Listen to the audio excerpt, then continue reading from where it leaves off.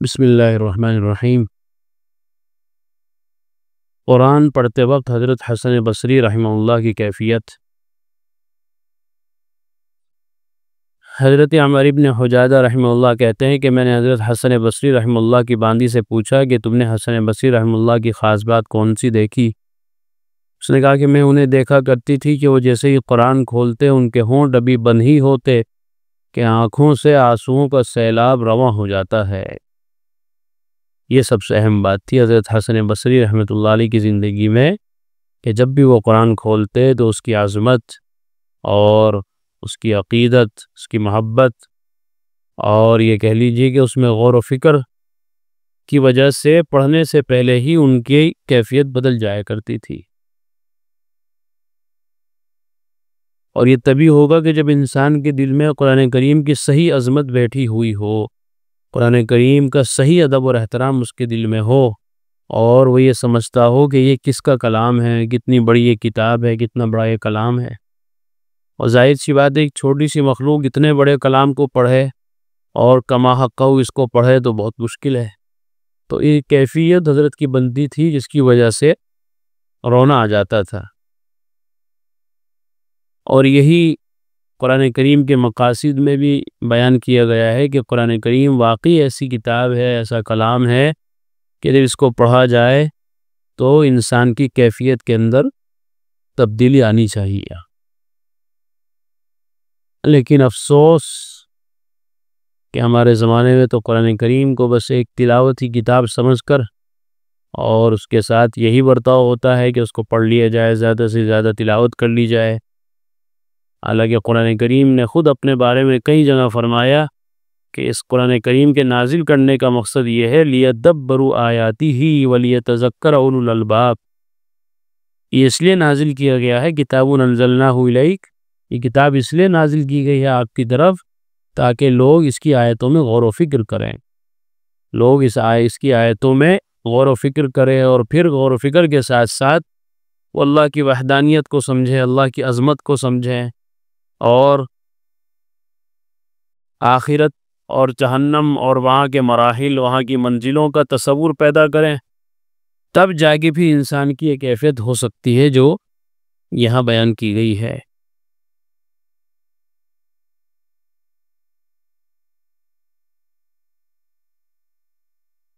حضرت شیخ مولانا زکریا صاحب رحمۃ اللہ علیہ کے والد ماجد کے بارے میں آپ پڑھ چکے ہیں کہ انہیں قرآن کریم اتنا پختہ یاد تھا کہ پورے قرآن کریم میں ایک بھی غلطی نہیں آتی تھی۔ حضرت شیخ مولانا زکریا صاحب کے والد حضرت مولانا یحییٰ صاحب رحمۃ اللہ علیہ، چنانچہ ان کے بارے میں مشہور ہے کہ جب ان کا قرآن شریف پورا ہو گیا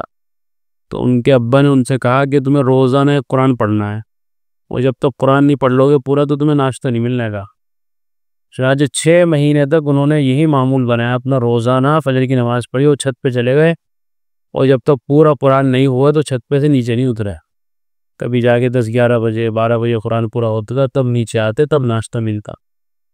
تو ایسے والدین ہوتے تھے کہ بچوں کو ازبر کرانے کے لیے، پکا کرانے کے لیے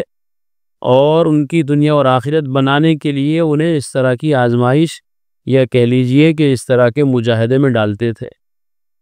آج کل تو یہ سب چیزیں بالکل ختم ہی ہو گئی۔ خود حضرت شیخ بھی حافظ سے اور کثرت سے تلاوت فرمایا کرتے تھے، خصوصاً رمضان میں 42 سال سے زیادہ تک روزانہ ایک قرآن شریف ختم کرنے کا معمول تھا حضرت شیخ مولانا زکریا صاحب رحمۃ اللہ علیہ کا۔ حالانکہ وہ اتنے بڑے آدمی تھے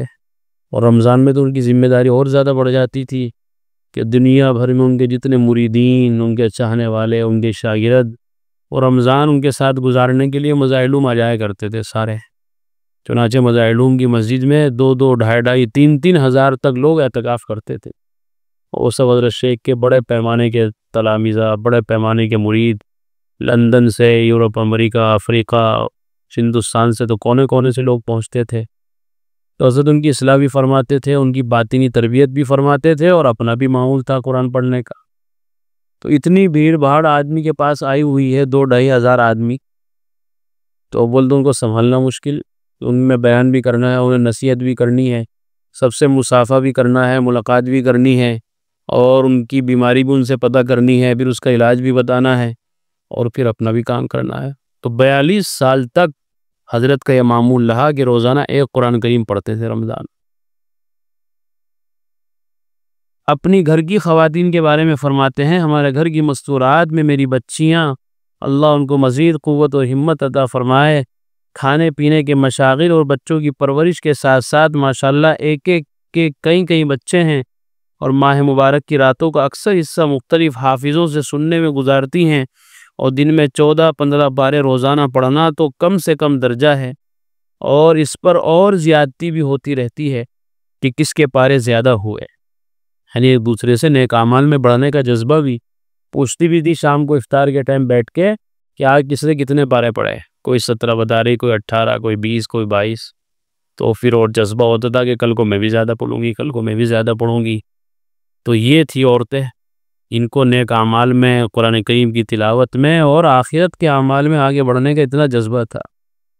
اور آج تو بالکل منظر ہی بدل گیا۔ آج کل تو عورتوں کو یہ چاہیے کہ فلانی عورت کا کپڑا عید کا 2000 کا تھا تو میں 4000 کا خریدوں گی، اس کے جوتے ایسے تھے تو میرا ایسا ہونا چاہیے، اس کا فلاں سامان ایسا تھا تو میرا ایسا ہونا چاہیے۔ یعنی دنیاوی اعمال میں ایک دوسرے سے آگے بڑھنے کا بہت شوق ہے، بہت جذبہ ہے، لیکن دینی کاموں میں بڑھنا تو دور کی بات، جو روزانہ کے معمولات ہیں، روزانہ کے فرائض ہیں، انہی کا اہتمام نہیں ہے۔ تو حضرت شیخ رحمۃ اللہ علیہ کا گھر دیکھیے، وہ یہی وجہ ہے کہ پھر اللہ تعالیٰ نے اس گھر کو کیسا نوازا کہ ساری دنیا میں اس گھر کے ڈنکے بج رہے ہیں، اس گھر سے فیض اللہ نے پہنچایا ہے۔ فضائل اعمال جیسی کتاب لکھی ہے حضرت شیخ نے، اور ساری دنیا میں پڑھائی جاتی ہے، ہر زبان میں اس کا ترجمہ ہو گیا ہے۔ تو یہ سب ایسے ہی نہیں کہ وہ سب اللہ سے ان کی کوئی دوستی تھی، اللہ نے ان کا نام روشن کر دیا، بلکہ محنت مجاہدے ان لوگوں نے بہت کیے تھے۔ اب خود فرما رہے ہیں حضرت کہ دیکھو دن بھر بیچاریوں کی، عورتوں کے گھر کے کام کاج بھی ہیں، اور اس زمانے میں تو کام بہت زیادہ ہوتے تھے، نہ مشینیں تھی، نہ آج کل کی طرح اتنی ٹیکنالوجی تھی کہ سارے کھانے، سارے برتن، سارے کپڑے مشینیں دھو رہی، سارا کام اور ہی چیزیں کر رہی، عورتوں کو تو کچھ کرنا ہی نہیں پڑتا گھر میں الا ماشاءاللہ۔ لیکن اس زمانے میں تو سارا کام ہاتھ سے اور خود کرنا پڑتا تھا، تو وہ بھی کرنا ہے، بچوں کو بھی پالنا ہے، اور اس کے ساتھ ساتھ رات بھر مختلف حافظوں کے پیچھے قرآن بھی سننا ہے۔ گھر کے افراد جو محرم ہوتے تھے، ان کے بیٹے، ان کے رشتہ دار، طے ہوا تھا کہ بھئی 2 پارے یہ سنائیں گے رات کو، 2 پارے فلاں صاحب سنائیں گے، 4 پارے فلاں صاحب، پوری رات ایسے ہی گزرتی تھی قرآن سننے میں، نہ رات کو سونا نہ دن میں سونا۔ میری دادی صاحبہ نور اللہ مرقدہ بھی حافظہ تھی، اس لیے ایک منزل روزانہ کا تو ان کا مستقل معمول تھا، اور ماہ مبارک میں 40 پارے، یعنی ایک قرآن پورا کر کے 10 پارے مزید روزانہ پڑھنا تو ہمیشہ کا معمول تھا۔ ایک قرآن اور اس کے اوپر 10 پارے اور 40 پارے، اللہ۔ اور اس کے علاوہ 20 تسبیحیں مختلف کئی سو کی، وہ الگ مشغلہ تھا، جن کی تعداد 17,000 کے قریب ہوتی ہے۔ 17,000 کلمے کی، تیسرے کلمے کی تسبیح، پہلے کلمے کی تسبیح، درود شریف کی تسبیح، استغفار کی تسبیح، لا حول کی تسبیح، یہ ایسی تسبیحیں اتنی تھی کہ ان کی تعداد 17,000 تک پہنچتی ہے، وہ بھی پڑھنی ہے اور قرآن بھی 40 پارے پڑھنے ہیں۔ یہ دیکھیے، کرنے والے کے لیے بہت کچھ کام ہے، بھی کر سکتا ہے کرنے والا، اور نہ کرنے والوں کے لیے بہانے بہت ہیں کہ جی ٹائم نہیں ملتا، جی صبح اٹھ کے آفس سے پھر گھر، پھر تھکان، پھر بچے، پھر نیند، یہی 24 گھنٹے ان حضرات کے پاس سے، اور یہی 24 گھنٹے ہمارے پاس بھی ہے۔ بلکہ آج کل کی عورتیں اگر کوشش کریں تو ان سے بھی زیادہ بڑھ سکتی ہیں، چونکہ انہیں تو گھر کے کام کاج بھی کرنے ہوتے تھے اور خود اپنے ہاتھ سے کرنے ہوتے تھے، آج تو سارے کام مشینیں کر رہی ہیں، تو اگر وہ چاہیں تو ان سے زیادہ آگے نکل سکتی ہیں۔ فیسلٹی زیادہ ہو گئی اس زمانے میں، آرام راحت کی چیزیں زیادہ ہو گئی، اس زمانے میں تو نہیں تھی۔ آج کل تو اللہ معاف کرے کہ جھاڑو پوچھا لگانے والی الگ آ رہی، روٹی پکانے والی الگ، کھانا پکانے والی الگ، اور گھر میں جو چھوٹے بچے ہیں انہیں پالنے کے لیے الگ، اور میڈم صاحبہ بیٹھی ہے پورے کی، کتنا قرآن پڑھا گئی، ایک بھی رکو نہیں پڑھا، کتنی تسبیح پڑھی، ایک بھی تسبیح نہیں، کتنی مرتبہ درود شریف، ایک مرتبہ بھی توفیق نہیں ہوئی، کلمہ ایک مرتبہ بھی۔ تو خود ہی ہم لوگوں نے اور ہمارے گھر والوں نے بدبختی مول لے رکھی ہے۔ اگر کرنا چاہیں تو ان حضرات سے زیادہ کر سکتے ہیں، جب سارا کام دوسروں کے ذمہ ڈال رکھا ہے تم نے۔ تو خود تو کم سے کم آخرت کی فکر کر لو، اپنے حصے کا کام تو خود ہی کرنا پڑے گا۔ ایسا تو نہیں ہوگا کہ تم نماز پڑھنے کے لیے بھی کسی عورت کو رکھ لو، قرآن کریم کی تلاوت کرنے کے لیے بھی کسی عورت کو رکھ لو، یہ تو خود ہی کرنا پڑے گا۔ تو یہ واقعات ان بزرگوں کے، ان کے گھرانوں کے اسی لیے سنائے جاتے ہیں تاکہ ہمارے اندر بھی کچھ تبدیلی پیدا ہو، ہم بھی سوچنے پہ مجبور ہوں کہ یہ لوگ اپنے اوقات کو کیسے کامیاب بنا کر دنیا سے گئے ہیں اور ایسا نام کما گئے ہیں کہ دنیا بھر میں ان کے نام لیوا آج تک زندہ ہے۔ ہمیں تو اندازہ نہیں، لیکن جو باہر لوگ رہتے ہیں ان سے پوچھئے کہ حضرت شیخ مولانا زکریا صاحب کون تھے، ان کا نام کیا تھا، ان کا کام کیا تھا، اور ان کی خاندان کے لوگ اور ان کے گھرانے کے لوگ، ان کی کیا عظمت لوگوں کے دلوں میں ہے، ذرا باہر والوں سے پوچھے۔ ہمیں تو قدر نہیں ہے چونکہ یہی کے قریب کے رہنے والے تھے وہ۔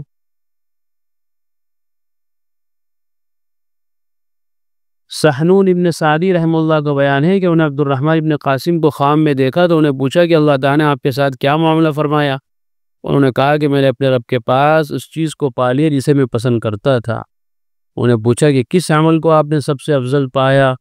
تو فرمایا تلاوت القرآن، قرآن کریم کی تلاوت کو۔ سحنون نے ان سے پوچھا کہ مسائل کو کیسا پایا؟ آپ کی پوری زندگی تو پڑھنے پڑھانے میں، مسئلے مسائل بیان کرنے میں، تحقیق کرنے میں گزر گئی۔ انہوں نے اپنی انگلی سے اشارہ کر کے کہا کہ تلاوت کے مقابلے کچھ نہیں، تلاوت کے مقابلے میں کسی عمل کی کوئی حیثیت اللہ کے یہاں نہیں۔ سحنون کہتے ہیں کہ انہوں نے پھر ابن وہب رحمہ اللہ کے بارے میں پوچھا، انہوں نے کہا کہ وہ تو اعلیٰ علیین میں ہیں، وہ تو اور بڑے اونچے مقام پر ہے۔ تو قرآن کریم کی تلاوت ایسی چیز ہے کہ جس سے آدمی اللہ کا بڑا قرب حاصل کر سکتا ہے، اور ان بزرگوں کی واقعات ہمیں بتاتے ہیں اگر قرآن کریم کی تلاوت سے بڑھ کر بھی کوئی اور مشغلہ ہوتا تو یہ لوگ وہ کام کرتے، تسبیح لیے بیٹھے رہتے، ذکر و اذکاری میں لگے رہتے، یا اور دوسرے کام جو دین کے اور نیکی کے سمجھے جاتے اسی میں لگے رہتے۔ 40 پارے روز پڑھنے کی کیا ضرورت تھی؟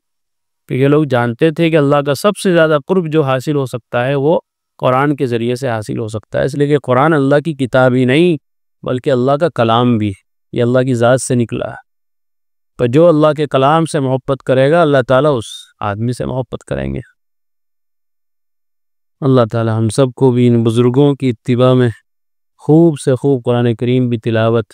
کرنے کی توفیق عطا فرمائے۔ وآخر دعوانا الحمدللہ رب العالمین۔ قرآن کریم میں اللہ تعالیٰ فرماتے ہیں الا بذکر اللہ تطمئن القلوب، کہ سن لو، اچھے سے سمجھ لو، اللہ تعالیٰ کے ذکر ہی سے دلوں کو اطمینان نصیب ہوتا ہے۔ یعنی اللہ تعالیٰ کے جو انعامات و احسانات و اس کی نوازشیں ہم پر ہیں، اگر ہم ان کو یاد کریں گے تو ہمارے بے قرار دل کو قرار آ جائے گا، سکون مل جائے گا۔ اگر ہم چاہتے ہیں کہ ہمارے دلوں میں سکون آئے، اطمینان نصیب ہو، تو اس کا ایک واحد علاج اور ایک بہترین دوا یہ ہے کہ ہم فوراً اللہ کے ذکر میں مشغول ہو جائیں۔